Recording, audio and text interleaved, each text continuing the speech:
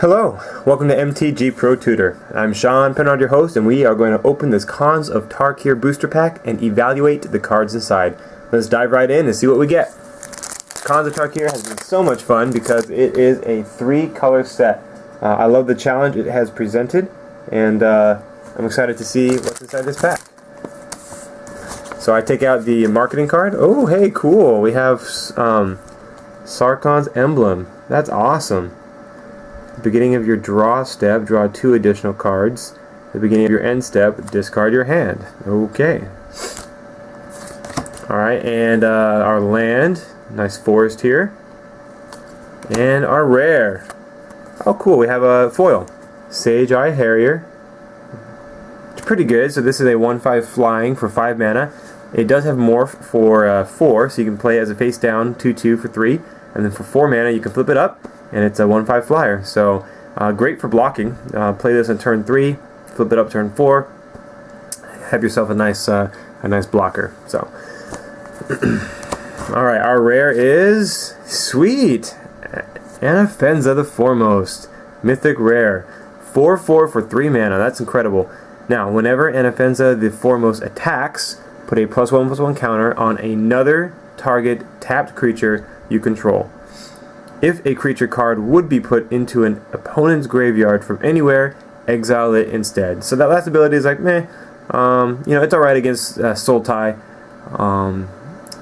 They don't get any recurring benefits from that creature or whatever. So the first ability is really what we're looking for.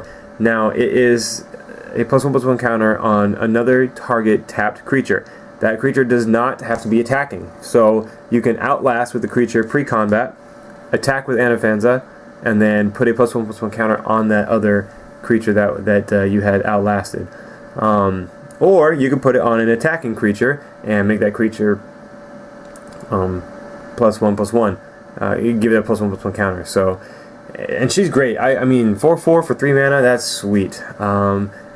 I definitely will be breaking from my normal no gold card on the first pick to take Anafenza because I think she's really strong, and I'm happy to go into Abzan to play her. I think she's that good. So let's see what else the pack has to offer. Keeping in mind it would have to be amazing for us not to take Anafenza.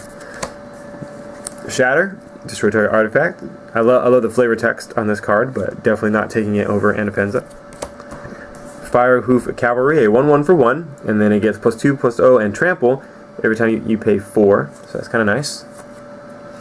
Ooh, Hooting Mandrills are good. Any green deck should really, would be happy to have a Hooting Mandrills in the deck, but I'm not taking it over Anafenza.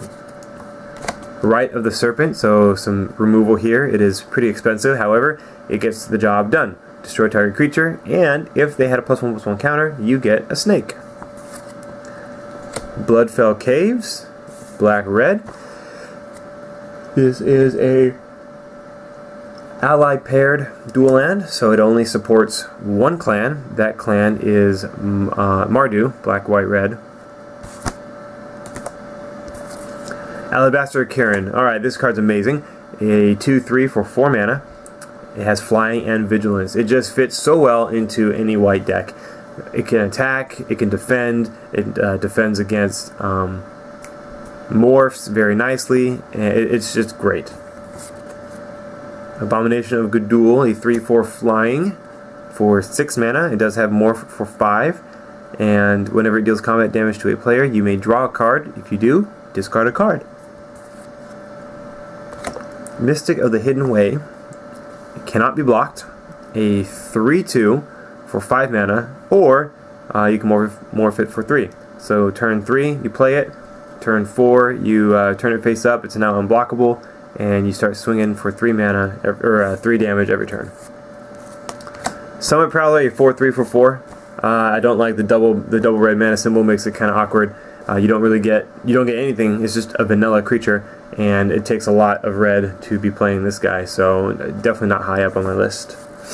Oh, sweet. Kintree Invocations, really nice, especially because there are some really cheap, high toughness blockers. So this guy, for 2 mana, you get an XX black and green Spirit Warrior, and X is the greatest toughness among creatures you control. So turn 1, you can play Disowned Ancestor, which is a black common for 1 black. You get a 0/4 creature. And then on turn 2, you can play Kin Tree Invocation and get a 4/4. You can get a 4/4 on turn 2. How cool is that? And then, you know, of course, since we have Anafenza in this deck, on turn 3, you just drop Anafenza. So, a 0/4, 4/4, and then a 4/4, you'll probably win that game. Well, that'd be the perfect ideal scenario. But in addition to Disowned Ancestors, you have Archer's Parapet, which is 1 and green, so 2 mana. It's a 0/5. So then on turn 3, you could get a 5/5. So that's nice. So I really like Kin Tree Invocation. I would definitely first pick this card if Anafenza wasn't in the deck. So again, it's not a creature, but it gives you a creature, so that's that. And it is gold, but it is very, very good. So, Jeskai Charm, Excuse me, I forgot to take my oxygen pills this morning, I guess. I don't know. Put target creature on top of its owner's library. Jeskai Charm deals 4 damage to target opponent. Creatures you control get +1/+1 and gain lifelink until end of turn. So you pick one of those. I mean, the lifelink one's kind of nice. You can attack, play this. Everyone gets +1/+1, and then you gain a bunch of life. Maybe you know, maybe you killed some things that they weren't expecting, stuff like that. Close out the game for 3 mana. You can do 4 damage. So that's, I mean, that's kind of nice in the more aggressive Jeskai deck.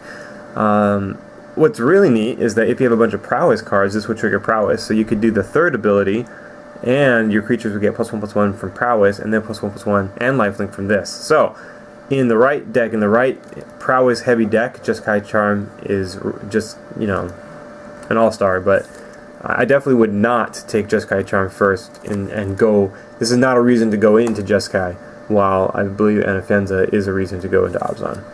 And Set Adrift, 5 and blue. It also has Delve. Put target non-land permanent on top of its owner's library. So there you have it. Definitely Kin Tree Invocation. The removal's nice. And Anafenza. These are hands down the best 2 cards in the pack. Let's pull them up so you can see them.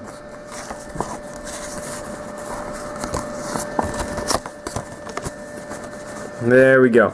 So, I will be taking Anafenza the foremost and going into Abzan from pack 1. So there you have it. I'm Sean Penrod. Thank you so much for watching this video. You're awesome for doing so. Please leave a comment below, ask your questions, share your comments. How have you used the cards in this pack? Have you played with Anafenza? Is she worthy of a first pick? Let's have a discussion. Thanks so much, and we'll see you in the next pack.